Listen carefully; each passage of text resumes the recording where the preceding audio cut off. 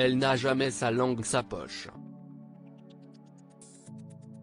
À 58 ans, Sophie Davant peut se targuer d'être l'une des animatrices télé préférées des Français et Françaises. La présentatrice cartonne tous les après-midi avec son émission d'enchères Affaires conclues, depuis la rentrée 2017.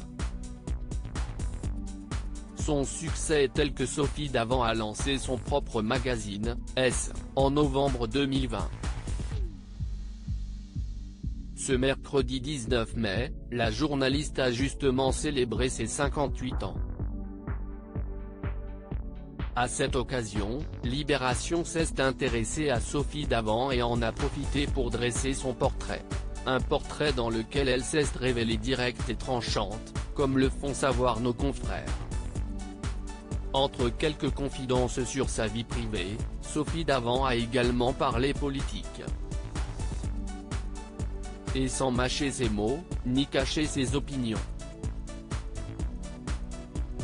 L'animatrice révèle clairement ses votes lors de la dernière élection présidentielle de 2017.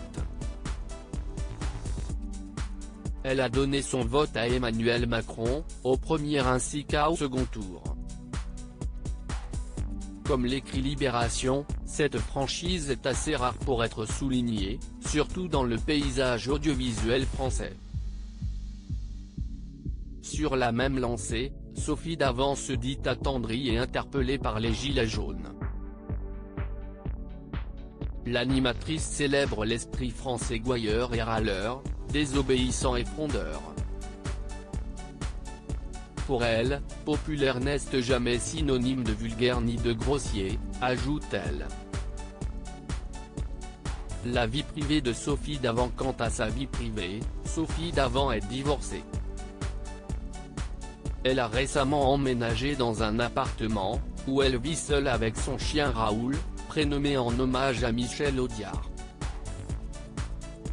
Après être parvenue à pacifier les relations avec le père de ses deux enfants, elle avoue aimer rencontrer des hommes de talents divers et d'expériences variées.